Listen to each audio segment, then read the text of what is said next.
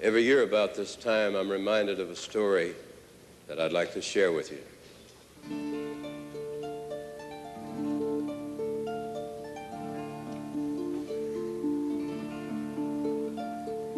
"Son," said my mother, when I was knee-high, "you've need of clothes to cover you and not a rag have I.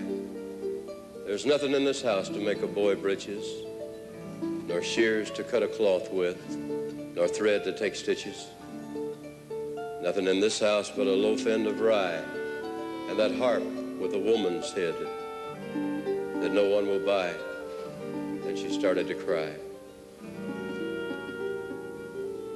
That was in the early fall, and when came the late fall, "Son," she said, "the sight of you makes your mother's blood crawl. Little skinny shoulder blades sticking through your clothes, and where you get a jacket from, God above knows. It's lucky for me, lad, your daddy's in the ground and can't see the way I let his son go around." Well, that was in the late fall, and when winter came, I'd not a pair of breeches nor a shirt to my name. I couldn't go to school or out of doors to play, and all the other little boys passed our way.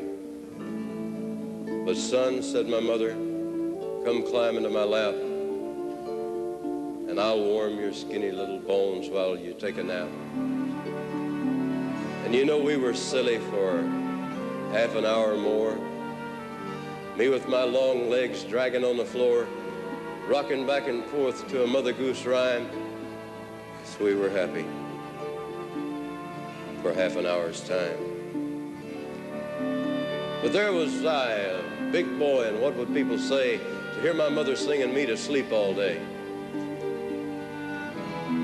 Men say the winter was bad that year, fuel was scarce and food was dear, and a wind with a wolf's head howled at our door, and we burned up the chairs and we sat up on the floor. All that was left us was a chair we couldn't break, and that harp with a woman's head that nobody would take for song or pity's sake. The night before Christmas, I cried with the cold. I cried myself to sleep like a 2-year-old. And in the deep night, I felt my mother rise, stare down at me with such love in her eyes. And then I saw my mother sitting on that one good chair, a light falling on her from, I couldn't tell where. But she looked 19 and not a day older. And there was that harp leaned against her shoulder. Her thin fingers were moving in the thin, tall strings, and they were weaving wonderful things. Many bright threads from where I couldn't see were running through the harp strings rapidly, and gold threads whistled through my mother's hands. I saw the web grow and a pattern expand, and she wove a child's jacket, and when it was done, she laid it on the floor and wove another one. She wove a red cloak, so regal to see. "She's made that for a king, son," I said, "not for me." But I knew it was for me. She wove a pair of breeches, and quicker than that, she wove a pair of boots and a little cocked hat. She wove a pair of mittens, she wove a little blouse. She wove all night long in that still, cold house. And she sang while she worked, and the harp strings spoke, but her voice never faltered and the thread never broke.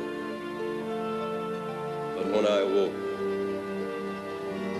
awoke, there sat my mother with the harp against her shoulder, looking 19, not a day older. A smile about her lips and a light about her head, but her hands were on the harp strings, frozen dead. But on the floor beside her and toppling to the skies were clothes good enough for a king's son, just my size.